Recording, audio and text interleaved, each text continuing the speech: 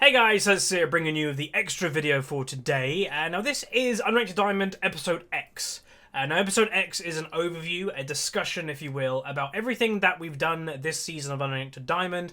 So if you did miss it, spoilers, we just got promoted to Diamond earlier today on the episode 213 playing Nidalee Jungle. So I will say I've done quite a bit of research already about my own series. I've got a couple page worth of notes to talk about. And we're going to be talking about the ratings, how did the journey go, what troubles did we face, the main lessons you can take out, solo queue, talking about that a bit, the roles, the breakdown of which roles did we have the best win rates with, and then finally going to be talking about the champions that we played, why did we do so well on those particular champions. So I was planning on doing this video tomorrow, but in my own head I was like, it kind of makes sense if I do the next episode, the next video of Unranked Diamond would be this, because we just got Diamond, so there we go. So just the first thing I want to say is thank you everybody for supporting the series. It's been an amazing year for me on YouTube. My channel has more than doubled, my views have more than doubled. I'll be honest, my income has gone up by a very large margin, which is enabling me to do this as my daily job, which is awesome. It's a dream come true, and I just hope further growth happens. That I can maintain doing this for the next couple years. That would be awesome. And Unranked Diamond, obviously, on my channel is the flagship series. So just to announce, it is coming back next season. When? I'm not really sure. So if you're unaware, the new season actually begins very early this year. December, I believe the 6th, if I'm not mistaken, is when Season 7 begins. And will Unranked Diamond begin right then? Probably not. Probably will be focusing on my main account, doing the Climb series. I'm actually going to be rebranding that series, calling it Climb to Master. It kind of sets the goal to master on my main account. And that will be probably the prime series before Unranked Diamond begins. Unranked Diamond will probably begin in the new year, so 2017, maybe January, maybe February, that time. But you'll still have daily content, daily 2 videos of the Climb to Master on my main account until Unranked Diamond comes back. It will still be called Unranked Diamond. I have in my own head thought maybe I should call it Unranked Master, but with having the Climb series to Master on my main account, I didn't want 2 series aiming for Master, so Unranked Diamond and Climb to Master, 2 separate series, which I think is a good idea. But let's get into the actual stats and statistics. So, what I've got here is I've got different points of Unranked Diamond of different episodes and what rating we were at the end of that episode. So episode 10, for example, the end of episode 10 is when we got placed. We got placed this season's of Unranked Diamond in Gold 5 by going 8 wins and 2 losses. Let's just make this point very clear. These accounts that I use for Unranked Diamond is the reason I say it in every single introduction are fresh accounts, never played ranked before. The reason I say that is a lot of people may be like, oh, maybe this account was playing last season, that's why he could get gold straight away in placements. Nope. These are fresh accounts. These are the equivalent of literally leveling them up and going straight into ranked. Has no past ranked experience. So 8 wins, 2 losses, Gold 5. I believe Season 5's Unranked Diamond we actually got Gold 4. But Gold 5 was okay. You know, I always aim for Gold after placements because it's just the easiest thing to do. And, you know, you get Gold and you're like, okay, get Gold, then get Platinum. And it's a very, like, mechanical process. Episode 25, we were Gold 3, 91 LP at the end of the game. So in 15 games, we went from 0 LP Gold 5 to Gold 3, 91 LP. Not bad. I believe there was some of the skipping going on, so Gold 5 to Gold 3. I think we skipped Gold 4. Episode 50 is actually where we did slow down a little bit. So in 25 episodes, we are now in Gold 2, but we are in promotion series to Gold 1, so that's something. We do get promoted from that promotion series, and then episode 100 is where we have the big skip. So episode 100, so in 50 episodes, we go from Gold 1 to Platinum 3 in promotion series to Platinum 2. So we actually also do get this promotion series, we do get promoted, and then episode 150, we get promoted to Platinum 1 for the first time. Now, just to kind of point out, between episode 150 and episode 200 is the Great Depression of Unranked Diamond 2016. This is the point that we did get demoted from Platinum 1 to Platinum 2, and we almost got demoted all the way to Platinum 3. So this, honestly, for me, was the hardest point to do Unranked to Diamond. It was, I wake up, ready to record. It was the hardest time for me to go, okay, I've got to record an Unranked to Diamond today. It was very hard to do that, but I'm not somebody that just gives up. I pushed through it, kept going, because that's what I believe in life. If you're going through a hard time, keep doing it. Keep pressing forward. Keep trying to achieve. And we did, fortunately. We got back on a win streak after, I'd say, a solid 3 weeks worth of just terrible games. And then episode 200, we were Platinum 1, 40 LP, and then finally we got promoted to Diamond on episode 213. So yes, 213 episodes in total, over 220 games in total this season. So my first kind of point in this episode of episode X is, why did it take so long? My past Unranked to Diamonds, they are still on the channel, you can still go watch them, took a lot less. And I will say, even this season specifically, I did an Unranked to Diamond, not recording it. It was my secret account, and I did it in 50 games. I did a fresh account to Diamond in 50 games. So why did this series take so long? Mentality, partially. Mentality is a big thing in League of Legends that I'm sure many of you are aware, is if you're feeling good, if you're feeling great, if you're feeling like you can carry. And I'd say for vast majority of my games this season, I was not feeling that way. Maybe in the early stages because I'm just bursting with confidence being in that low rating. But when we hit about, I'd say, Platinum 2, roughly, is where my confidence for some reason just took a massive hit. And I'm not really sure why. Confidence is key, especially with me. It depends what you are like as a person. But if I'm confident, if I know I'm like, I've got this, my mechanics are on point at the moment, I will most likely carry. But for a good, solid 50 episodes, at least this season, I would say a loss is due to my own confidence being bad. So our win rate was around 56% on the account this season. We well could have been over a 60% win rate if I personally was more confident and went for more aggressive plays and actually tried to get fed. That's a very important point. If you're not actively trying to get fed, if you're just trying to plod along in your ranked games, how are you expecting to climb? How are you expecting to carry to win those games? You can't. And I think that's the problem that I kind of came into with this Unranked to Diamond series.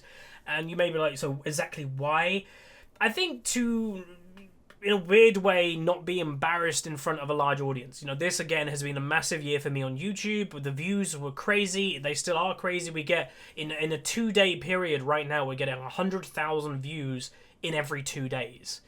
That's mental. And I think partially I got kind of spooked by how many views I was getting, and I was like, if I go for an aggressive play and I mess it up, I'm going to have thousands of people laughing at me, which is an awful mentality for me to have, because I can't go into games like that. I need to go in games practically thinking the audience doesn't exist.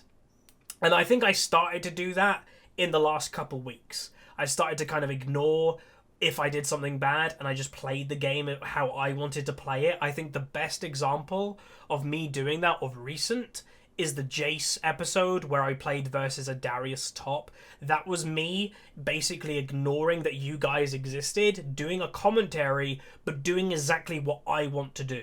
And that's what you got to do if you want to climb, and that's what my big advice I would have is just do what you want to do and play the game that you want to play, but always have a reason for it. In that episode, again, it's a perfect example. I took Ignite. Why did I take Ignite? I explained it in the episode. I want to get Darius behind, so he isn't very useful in early game, which means I'll be more useful than him in late game. And then at the end of the game, we saw the damage done. Darius, I believe, did the least damage on his team, where I did one of the highest.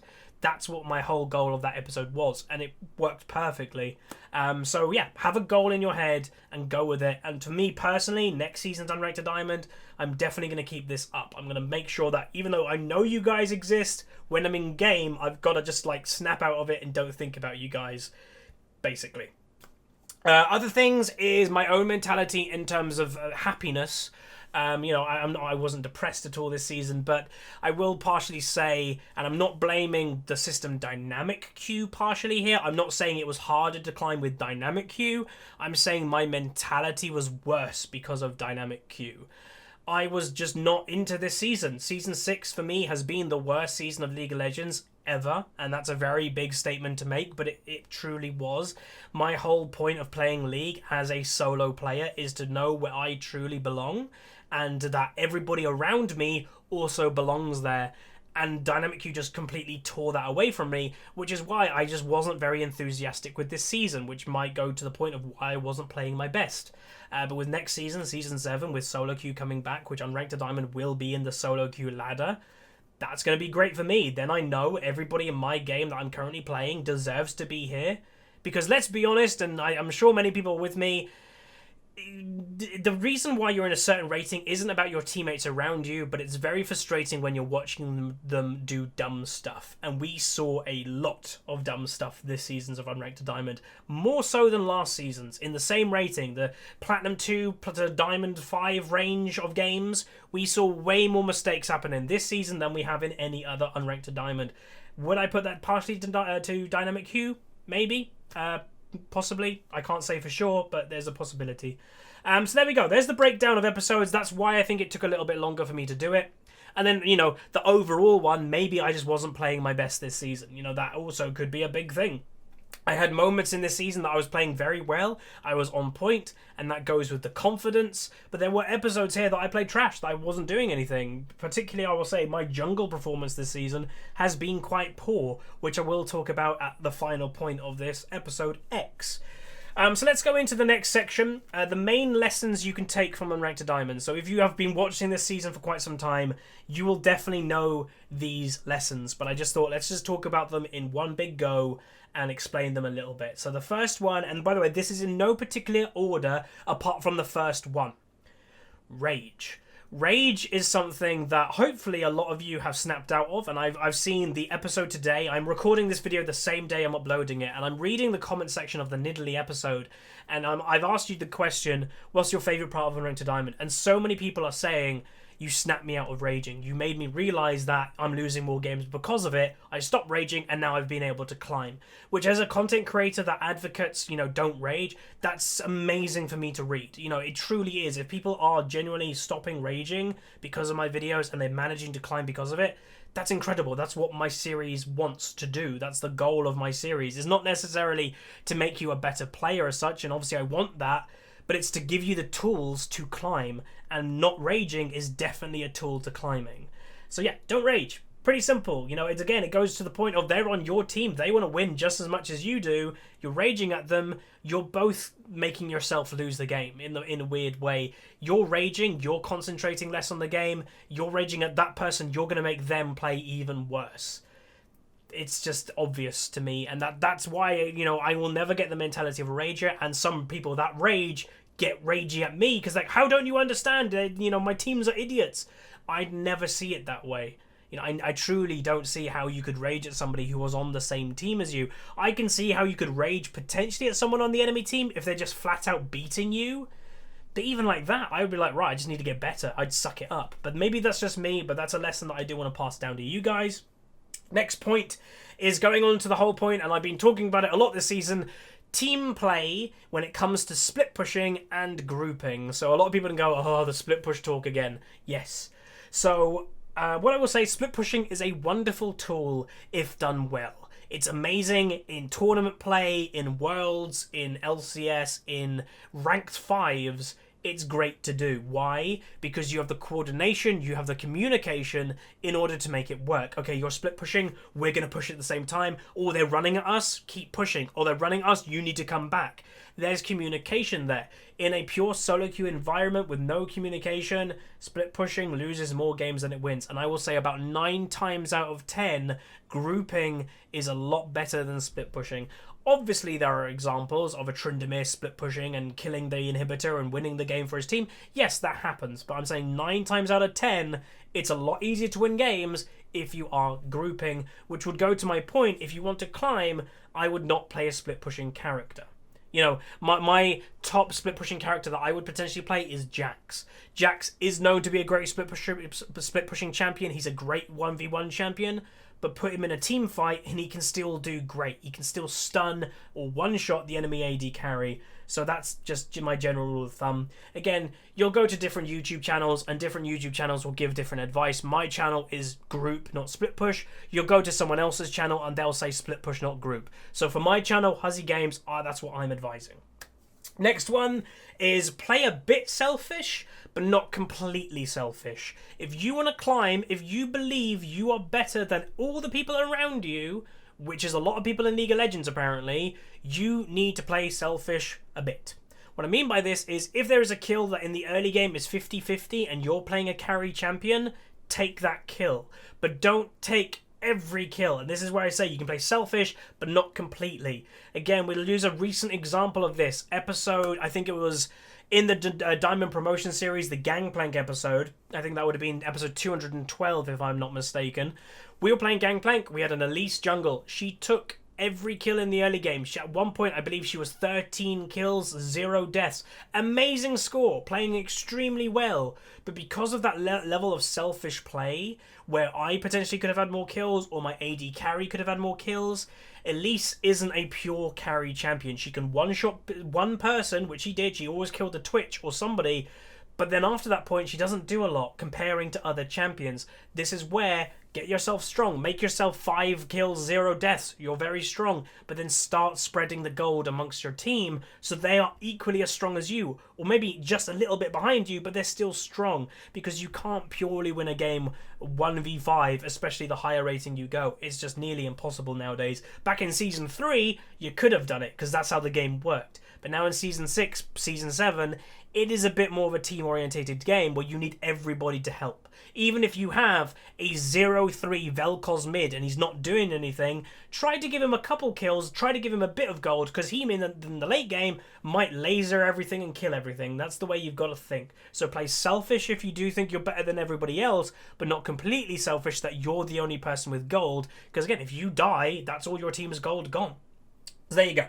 Next one is talking about don't give up easily, but also know when to surrender. So a lot of people are like, this is a contradiction.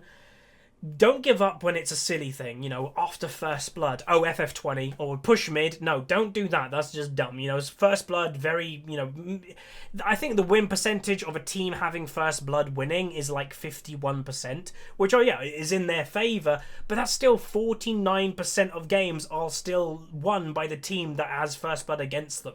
You know, it's a massive percentage. It's not, you know, 1 or 2% difference isn't the reason why you should just open mid. So don't give up over stupid things. Don't give up over petty things. And, you know, this season of Unranked Diamond, we've seen so many episodes that people are trying to surrender. I'm saying no, and we end up winning that game. I think it comes back to an episode that a lot of people loved. That episode was a Gangplank episode where I stole Baron with my ultimate. We were way behind. I stole Baron. We won a team fight. We won the game. Don't give up when it's a winnable game. Always look at team comps, and this will require you guys to have that knowledge to be like, okay, how's their late game? How's our late game? And if you aren't losing your entire base at 15 minutes, there may be a chance to win. You know, if it goes to the half an hour point and you're still losing, then yeah, maybe surrender. Or if your late game is fantastic, keep playing. But then also to the point of know when to surrender. So there are some people that are like, I never surrender in ranked. All power to you. You can do that if you want, but never rage at people for surrendering. You know, it is their time in the end of the day. You know, I'm never somebody, and I'm not an advocate for AFKing, but if the game is looking grim, you're losing quite badly, it's over 20 minutes, surrender is fine. You know, you can do it. This is people's time. These are people's lives. They have other things that they want to do other than playing a video game. So that is a completely fine thing for them to do. When would I say it's okay to surrender?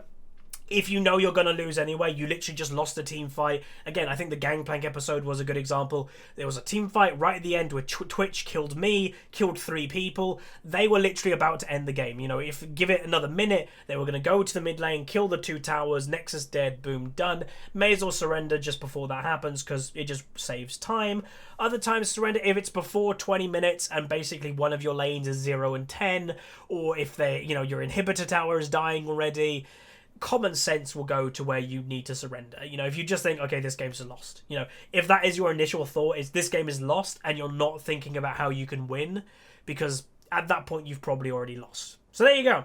Those are the lessons, the main lessons anyway. I may have missed a couple. If I have missed a couple, feel free to share them down in the comments to others. But those are the main takebacks that I've had. Obviously, yeah, there are the obvious ones. Play champions that you know. Don't play a new champion in ranked. I do it more than you guys because I'm trying to teach you guys not to do it. You know, sometimes it's do what I say, not what I do. But yeah, just have fun, again, is the main point. This is a video game. If you're not having fun, why are you playing? And I have honestly probably lost audience to saying that, because I've made people realise I don't actually like League, and then they just leave and they stop watching my videos. But I'd much prefer people to be happy than watch my videos. Like, if League truly isn't for you, go find something that is. So, there you go. Next, I just want to briefly talk about just how the fact that this was a pure solo series, and they always are and always will be, and there's something crazy changes. I am a person that, the solo skill and being a great individual player is why I play League. It's what I actually valued even in a ranked 5s team. If I felt somebody on my team was a weak link, it used to bug the hell out of me. Or in a tournament, if I was, say, the jungler and I was in a tournament game and I saw that one person on the enemy team wasn't very good, I would pick on that person. I would just gank that person and just make them useless. I am somebody that is like, as an individual, you need to be good at this game. So this is why I always do pure solo climbs, because I like to know I did it myself, which is why I was just so against dynamic queue. And I just want to make the point, you don't need people to climb. So many people go, I'm stuck down in ELO hell, I need to duo queue, I need to dynamic queue, otherwise I'm never getting out of here. I'm never going to be able to climb. This season, this series of Unranked to Diamond shows that's not true. So many people argue, I'm in silver and I'm in ELO hell. My Unranked to Diamonds account in placement games is in silver rating, and we climbed. It's not an issue. You've just got to suck it up and play the right way, play selfish but not too selfish. Those lessons that I taught you, that's what you've got to do. Pure solo climbing isn't impossible. We just did it. We took a fresh account to Diamond in one season, and I'm not a crazy amazing good player. I'm comparing to the average player in this game. Yeah, I'm pretty good. I'm in the top 0.2% in the world, which if you put that in any other aspect in life, if I was in the top 0.2% in wealth in this on the planet, I'd be a billionaire. But in this game, there are a lot better people than me, but I've managed to climb purely solo, and that's my point I'm trying to make. You can do it. Just suck it up. You can do it. Don't worry about it. Play the champions you like playing. Play the champions you can carry with. Help your team get strong, and you'll probably go up. And I will just lead this to the point of, sometimes it's okay to be in the current point where you are. There are bronze players, there are silver players, there are gold players that are frustrated with the rank that they currently are. Sometimes it's okay to be that rank. Maybe that's where you deserve right now, and maybe you just need to look internally, look what you need to improve, and maybe then you can start climbing again. Again, I've actually forgot to make one of the main lessons is always think about why you're doing something. I forgot to mention that. If there's not a reason for why you're going top lane, don't go top lane. If there's not a reason, like if you're a jungler, if you're gonna gank mid lane, you're like, I don't know why I'm ganking mid lane, don't go mid lane. Always have a thought behind everything you do. I'm going for this tower dive. Why am I going for this tower dive? Where's their jungler? Could the jungler come? Am I actually going to kill this person? Do they have flash up? Do they have ult up? Always be thinking about what you're doing, and that will definitely help you climb, because most people play this game on autopilot, that they just play and they're like a robot and they're not actually thinking. Think. Use your brain, and you probably will help quite a bit. And I don't want to sound patronizing there. That's just a fact. I've taught so many people in League, and I used to do coaching, and I was like, okay, so why are you doing that? And they would not have a reason. Probably about 5 times out of 10. Half the time, they don't have a reason for what they're doing. Make sure every time, 10 times out of 10, you have a reason for what you're doing. So there you go. Right, so now we're going to go on to the roles. So the last 2 sections is going to be going into the roles of what we played this season, how many games of each role we played, and then finally the champions that we did the best on this season. So, roles. No surprise, just to kind of say the order of what roles we did the most to least. Mid lane we played the most with 91 games. Top lane we played 65. Jungle we played 45. AD carry we played 18. And support we played 5. I haven't made sure that adds up to 200 and whatever we are on, but that's what the website told me I did, so I was like, sure. So yeah, mid lane the most. So, win rates, and again, not really surprising, again, which is the point is play to your strengths. I play more roles than normal people because I like playing more roles. I like not to get bored. I get bored if I'm only playing mid lane. I get bored if I'm only playing top. I have to play other roles. Occasionally I have to play AD carry because I'm just in the mood for it. But if you want to purely climb, play something that you know you're good at. And this is the point I want to make. So my overall win rate of Unranked to Diamond 2016 was 56% win rate. In mid lane, we had a 66% win rate. In top lane, we had a 58.5% win rate. In jungle, ready? 40% win rate. AD carry, 44.4% win rate, and support, 40% win rate. So the only two roles this whole season of 2016 we had a positive win rate was mid with 66 and top with 58.5. So what does that tell me? Well, it tells me those are my two best roles right now, but that also tells me I'm playing very bad on jungle. So I'm basically ignoring AD carry and support because those are roles that I just play support if I have to, if I get auto-filled into it. AD carry if I'm just in the mood for it, if I'm just wanting to have fun. I don't really care about winning if I just want to have fun in that aspect. But jungle is definitely a role that I would consider one of my main roles, and I only have a 40% win rate on this account in 45 games. That's very bad for me. And what I will say to you guys, which I maybe should have done myself, is throughout the season, you should look up your account stats and you should actually recognize I'm doing good on this role, this champion, blah, blah, blah. I'll play that more or play that less. There are certain people that, example, I remember there was some guy that wanted advice. I think it was a private message. He was like, can you just look up my account? And I did. He played Twisted Fate something like 100 times and his win rate was 30%. And I said one thing to him. I was like, stop playing Twisted Fate. You know, that's it. Make sure you're keeping on top of your stats and just see what you're good at. You know, is your KDA high? Is your win rate high? Is your kill participation high? Look at this stuff. So if I knew this stats, you know, when I was in that slump of Unranked and Diamond, what would I have done? Play a hell of a lot more mid lane, which I actually think I did do. When I was in that slump, I think I was like, right, I'm just going to play mid lane a lot. And then we started climbing again. Because win rate, 66% win rate. That's very high. For one role, that's a very high win rate. That shows in every 3 games we win 2.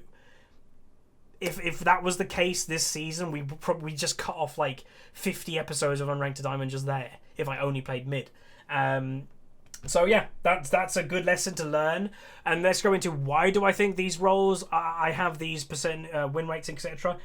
Mid lane, why do I have a high win rate? Why do I have a 66% win rate? One, comfort. So I'm very comfortable in mid lane. My champion pool is good in mid lane. My playstyle goes well towards mid lane. But more importantly, it's a controlling role. What I mean by that is if you do well in your role, mid lane, you can control the map. You can go top lane, you can go bot lane, you can just push mid, you can kill the jungler, you can do anything you want as a mid laner, and as someone like me that wants to get strong, wants to control the map, mid lane is perfect for me personally. Again, it may not be perfect for you, but me, it works. Top, why top lane? Probably just because I'm a good top laner. My main tournament role that I played back in the day was top lane. It was top and jungle, but mainly top. It's the role that I always feel that I can always do well on, no matter what matchup I'm in. You know, there are certain examples of Unranked Diamond where I will lose, but it's very rare for me to feed in top lane. I will always try to go neutral. If I'm in a bad matchup, I'll go a bit down in farm, but I will make sure I'm useful in late game. That's my goal when I'm top lane, and I think that's why my win rate is 58.5, which is pretty good still. Jungle, why is it only 40%? Quite low. Honestly, because I didn't put a lot of effort into jungle this season. And I think this is the biggest point that I want to make, and I'm probably going to skip AD carry and support because we didn't play a lot of games on this account this season on those. Why was my win rate 40% on jungle? Jungle is the most unique role in this game. Obviously, you're not in a lane. You are purely going on instinct, calculation, and prediction. Where am I ganking? Why am I ganking? Where's the enemy jungler? What's my path? What's the most efficient path? That is a very intense role to main, and I wasn't maining it this season. And I would say jungle, to be a great jungler, you've got to play jungle game after jungle game after jungle game after jungle game. You have to play jungle pretty much solely to be an amazing jungler because it's so unique. Playing jungle then mid, jungle then mid, jungle then mid, it just throws you off the jungle completely, and that's why I think my win rate may have been quite low. So if next season's Unranked Diamond, say I'm in the mood to jungle a lot more, that win rate should go up if I'm simply playing more jungle games, because the whole mentality of jungle, the whole ethos of it, is you get used to what you're doing, and your instinct is 10 times better when you're jungling more. So that's probably why I say my win rate was quite low. My instincts in the jungle was probably quite poor. And also, I wasn't playing, you know, my signature champions that much. You know, Lee Sin will be going onto this list in a second. I wasn't playing like Lee Sin every game. You know, I threw in the occasional Nidalee game, which I'm not great at Nidalee. I threw in the occasional random jungler insert here, which I'm not great at. You know, my jungle pool most over the years has definitely shrunk to a place that I definitely do need to expand it again, and that's what I might focus on in preseason, is actually pick up more junglers, because I used to play like 10. I used to play Rengar, Kha'Zix, Lee Sin. I used to play quite a lot, when now it's basically Lee Sin, which I definitely need more. So anyway, let's now go on to the final section of the discussion extra video for today, episode X, which is the champions that I did the best on. So I just picked some of these that are known to be my signature champions, and I'm just going to go over win rate, and I'm going to just point out something that I noticed straight away. So let's just go over the list. I think I've got 8 champions here. Right, so Gangplank, we went 8 wins, 6 losses.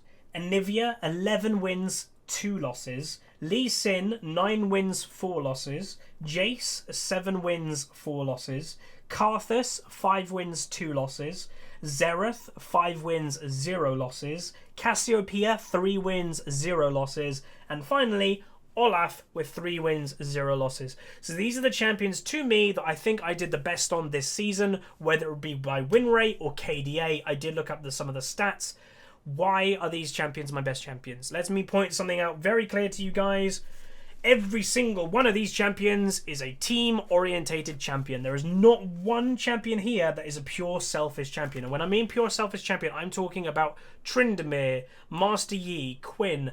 That they don't exist in this list for me at all. 1, I don't play those champions, but 2, I don't find them very good if you want to climb. So these champions, Gangplank, do okay in lane, carry the late game barrels, and you have that slow for your team.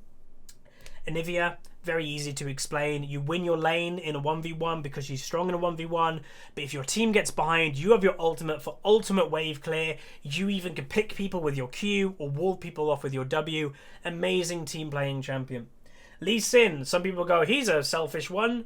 I don't play him selfishly, if you'll notice. There are sometimes, yes, I'll try get fed, but I always try to be a utility Lee Sin more than a carry Lee Sin. That's why I always try to get like kicks in the right way to let my team get the kill, not for me to execute the kill.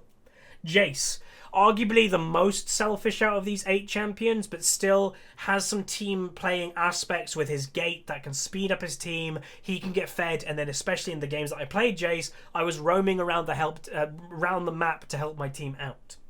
Next is Karthus, self-explanatory, do okay in lane, have your ultimate to help your team. Be like, you know, oh, they're having a fight in bot lane, I'm just going to press R. Even if I don't get the kill, even if I get an assist, I'm helping them. Karthus. Xerath 5-0, again, arguably a little bit of a selfish champion, but I like how he can set things up. You can be way in the backline, you throw your ultimate down, you hit one person with Riley, you get your slow for your team, they can finish off the kill. Also have a stun in there to help set things up. Cassiopeia, AoE ultimate, massive team fight presence, not a solo 1v1 killing champion, massive team fighting champion, which I just think is great for solo queue. And then finally Olaf, again, very good at 1v1s, but also amazing at team fights. You just make the enemy AD carry useless. You sacrifice yourself. You just run, you beeline it for the enemy AD carry. You let your team kill the front line of the enemy team. You let the enemy AD carry kill you, but hopefully you do a lot of damage to them in the same process. So there you go. There are the top 8 champions this season of Unranked Diamond. Key features, I'd say my Anivia, was champion of the year for me. 11 wins, 2 losses is pretty damn good. I think she definitely won me some games that I don't think I would have won if I didn't play her. My mechanics on her, I think, are pretty good, and that obviously helps. But I'll just go to the point, guys. I'll play champions that you personally enjoy, play champions that you are good at. But this 8 champions, I don't think it's a coincidence that they are good team-playing champions. That is my style of play. Maybe you're watching this going, I'm a Master Yi player and I love playing selfishly 1v1s. That's fine, but make sure you own that. So the other champions, if you're a pure 1v1 person, you should try get better at being a pure 1v1 person. So if you're a Master Yi player, make sure you have Tryndamere. Get good at Tryndamere. Get good at Jax. Get good at Quinn. Kind of have one play style that you get amazingly good at, and that will also help you climb. But that's going to be it, guys. So we did over 30 minutes of talking about Unranked Diamond this season. Hopefully you guys enjoyed the season. I thoroughly did. There were some up moments, there were many down moments, but we got there in the end, which is awesome. So again, hopefully this episode X helped you guys out. Just to remind you, Unranked Diamond is going to be continuing. There will be an episode tomorrow, so don't you worry. I might throw in the occasional The Climb episode 2 on my main account, but I've also got an idea that I might throw a brand new mini-series for the last 2 weeks of the season called Rush to Diamond. It's on an account that is currently Platinum 1. It's my stream-only account, but I might just quickly get that to Diamond because it's currently sitting, I think, at 0 LP Platinum 1. So maybe that'll be a mini-series coming out in the next couple days. So hopefully you guys enjoyed this video. Hopefully you enjoyed Unranked to Diamond. If you enjoyed both, throw a like on the video. Let's try to get 1,000 likes. It will help out the video massively. Looking forward to next season's Unranked to Diamond. Looking forward to next year, really, Season 7 being a pure solo queue year. But that's going to be it. So like it, subscribe. See you guys next time. Peace.